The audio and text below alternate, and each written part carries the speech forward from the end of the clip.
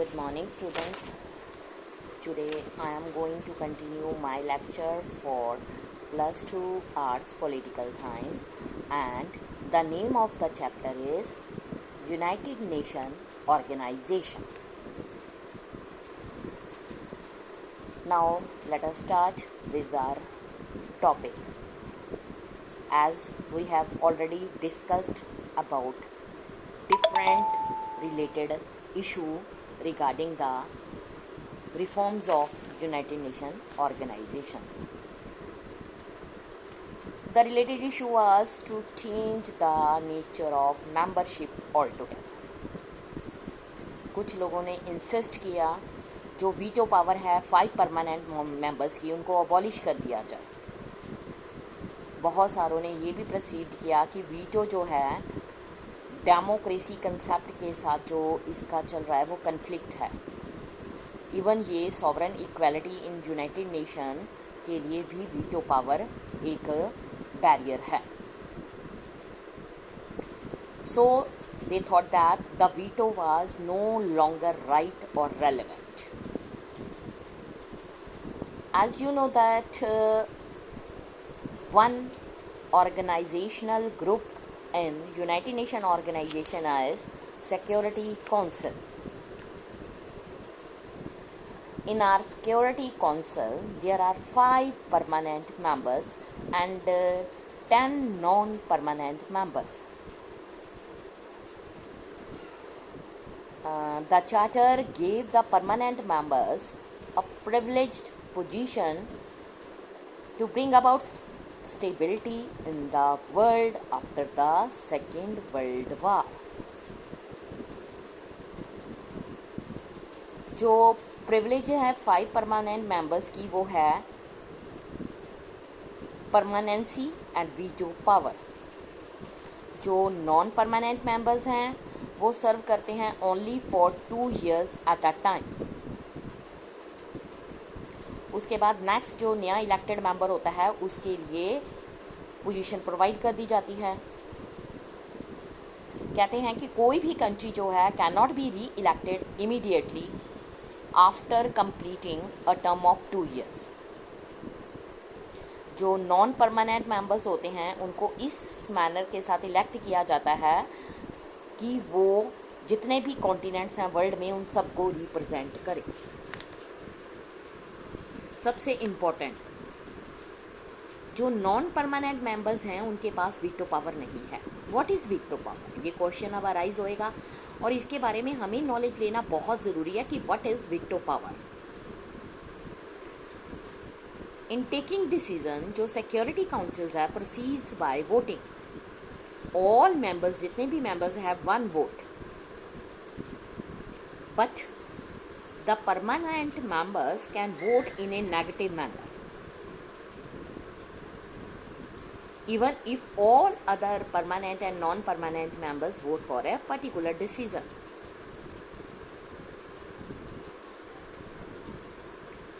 Any permanent members negative vote जो है can stall the decision.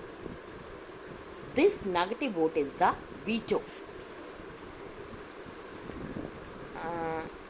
So there has been a move to abolish or modify the veto system. There is also a realization कि जो permanent members हैं unlikely to agree to such a reform. वो क्यों मानेंगे change करने के लिए? उनके पास तो वीटो पावर है. और उसके बाद जो वर्ल्ड है may not be ready for such a radical step even after the Cold War is over. Without veto 1945 में एक बहुत बड़ा डेंजर आया that the great powers जो हैं वर्ल्ड में loss interest in the world body that they would do what they pleased outside it, that without their support and involvement in the body would be ineffective. Jurisdiction of United Nations. The question of membership is a serious one. Although there are more substantial issues before the world. जब UN ने अपने 60 years completed हो गए इसकी existence के, the head of all the member state जो हैं वो सब मिले सितंबर 2005 में टू सेलिब्रेट द एनिवर्सरी, और उन्होंने जो सिचुएशन थी उसको रिव्यू किया. जो लीडर्स थे मीटिंग में उन्होंने डिसाइड किया कि यूनाइटेड नेशन को और ज़्यादा रेलेवेंट बनाने के लिए बहुत सारे स्टेप्स जो हैं उनको फॉलो करना पड़ेगा.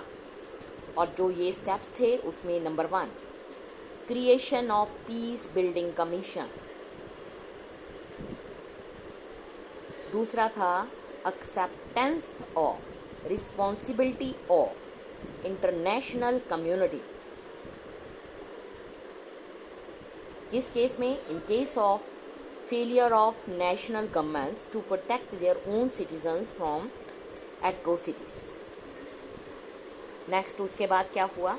Establishment of human right council, operational since 19 June 2006. उसके बाद एग्रीमेंट्स साइन किए गए, achieve the millennium development goals. Next है condemnation of terrorism. Terrorism, condemnation of terrorism क्या होता है?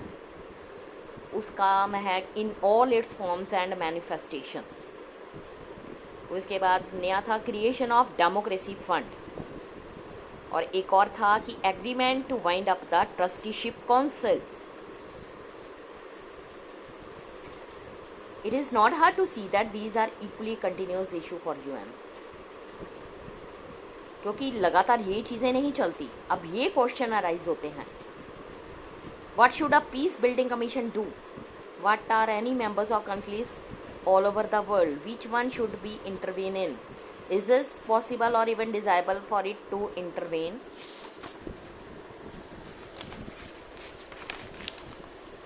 इन ईच एंड एवरी कन्फ्लिक्ट.